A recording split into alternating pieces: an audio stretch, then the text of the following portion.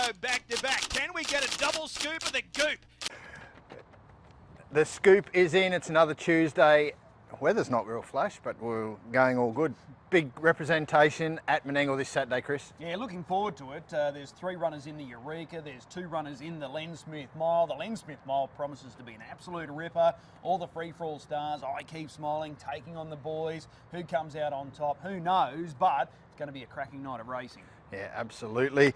And the Turpin stable, they'll be well represented by the janitor in the Len Smith Mile. Yeah, he was awesome here, first up last week. Couldn't have made a bigger impression or a bigger statement in readiness for the Len Smith Mile. We know he's a proven performer down there already this year. He's gone sub 50 and he was just awesome last Saturday night. So looking forward to seeing him go up against the big boys, Swayze and co. I'm sure he's going to measure up. And they've also got attachment going around in the consolation, you could say, of that race, the Eureka. He's drawn the outside of the front row, but hopefully he maintains his really good form. We've got an update on Better Eclipse.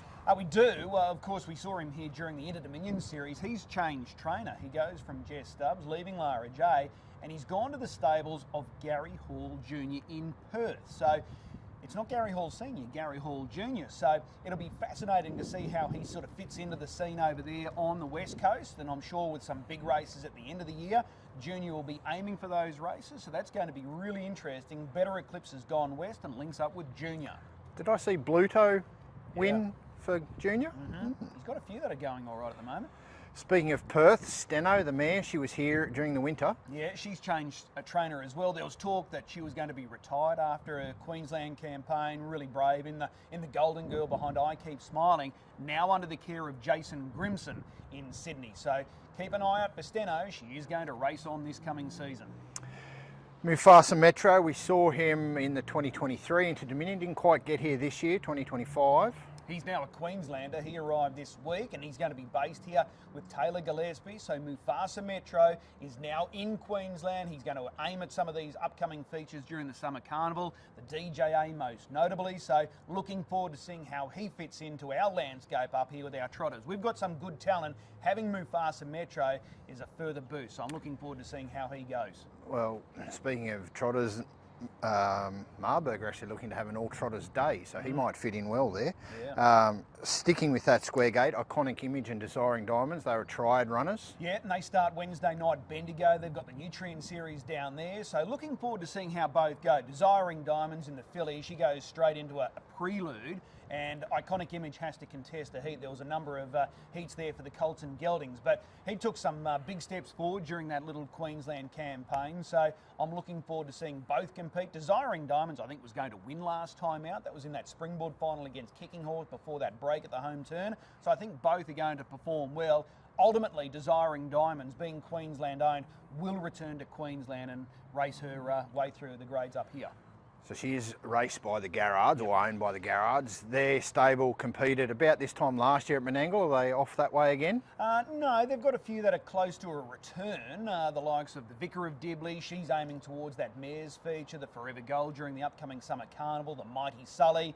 He's about the same time frame away, probably about a fortnight away, Classy Washington. So there's going to be some nice horses for the Garrard stable up and about, and they're sort of pushing towards those Summer Carnival features. Jack Butler stable, District Attorney Burka Curra, they're owned in the same interests? Yeah, they are. We've seen District Attorney over the past, fortnight now competing here at Albion Park at the trials. His trial today against Whisperer Secret was really good, so he's obviously going to aim towards those Summer Carnival features. And Burka Curra is probably only about a fortnight away from a trial return, and again he'll push towards those Summer Carnival features as well. So they're nice horses. As we know, District Attorney beat Leap to Fame. He's got a victory over Leap to Fame when he won the Patron's Purse at Redcliffe, so that's his claim to fame, but I wouldn't be shocked to see him measure up at the free-for-all level here. Maybe the last horse to beat Leap to Fame in Queensland. Yeah, definitely.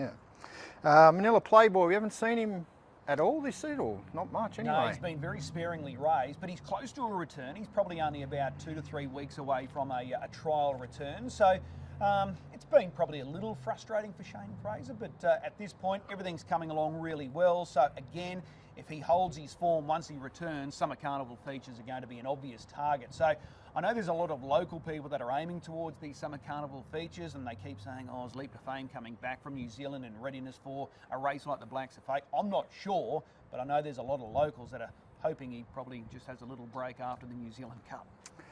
Got a name on my list here, Chris, that I don't recognise. Could be named after my ex, Flying Dragon. He's a Kiwi, former member of the Tony Herlihy stable, so he's made his way to Queensland. He's won the one race. That was at Cambridge. He joins the stables of Mouse Brennan, so keep an eye out for him. He's a son of Fear the Dragon. Mr. Robin Hood. Mr. Robin Hood, former member of the Jason Grimson stable, hasn't raced for a long time, this horse Darren, but he's now here in Queensland. He's obviously had his fair share of issues, but he's now here. He's under the care of John Livingston, so hopefully he can make a full return and showcase his skills, because his overall record's pretty good, so don't be shocked to see him notching up winners here at Albion Park. Darren Weeks hasn't had many runners of late, but Soap Opera, she's been at the trials. Yeah, and she'll be back at the races this Saturday night. She's gearing up for a trip down to Sydney. Of course, she's eligible for the Breeders' Challenge, so as long as she races well in these first couple of starts back this prep, she's got to go up against Miss Idaho on the weekend. She'll be heading down to Sydney for another tilt at the Breeders' Challenge. This is a story. He ain't faking. He's a pacer, a very talented pacer, group-winning 3-year-old. Got an update on his movements. Yeah, well, he raced today in a pacing race, but he trialled last week as a trotter, and it's very likely he's going to go to New Zealand and join the leading trotting stables of Phil Williamson. As we know, Phil's trained a lot of great trotters, so Chris Frisbee has decided that this is probably the best way forward. I think he goes over there as a maiden trotter, so he's going to fit in really well. As a trotter last week, he was beaten a fair margin in an open class trial, but he trotted, and I think he trotted a tick over 157. So looking forward to seeing how this all plays out, but this is an interesting story. I can confirm, Chris, he's booked on a flight on Sunday. Wow, there you go. So he is going. Feature winning juvenile Ella Street, he's been off the scene. Yeah, he was back at the trials last week. Pleasing to see him back at the trial. They took him out to Redcliffe, just gave him a very quiet trial. His regular reinsman Nathan Dawson took the lines, and he really savaged the line. So I dare say he's probably going to have another 1 or 2 trials before he looks like returning, but it was a pleasing sign. It was good to see him back at the races, and he finished off really well, so we'll keep an eye out for him, Ella Street. The Proto Star earlier this year, Arc C, took part in it after just 2 starts. Yeah. Got an update on her? Oh, she's an outstanding filly, this one, Arc C. She'll trial again later this week for Sam Hewitt. She's gearing up for the Breeders' Challenge, but terrific in defeat behind Lacasso in the Proto Star. A number of people have asked me in recent times, is there any update on that filly who raced against the boys? She trials again this Thursday, and then they'll be looking to push on for a shot at the Breeders' Challenge. There's 2 drivers going around today, and one in a race, one in a trial. Their helmets looked pretty old. Graham Dwyer, how long has it been since he last drove a winner?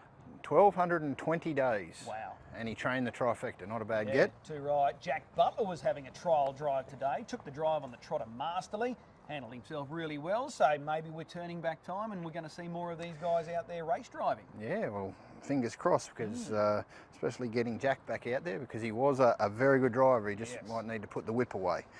I'll get to that in just a moment. There's plenty happening with the Chantel Turpin stable. So we had a number of her star performers trial today. Gus was outstanding in his trial, beating open class performer Hector, and he beat him well. So he's nom for the Dominion. So he's going to go to New Zealand Cup Day and compete in that big feature. Can't wait to see him over there. But it was an awesome piece of work today. He looks bigger, he looks stronger, and he looks more settled. So he's on the move.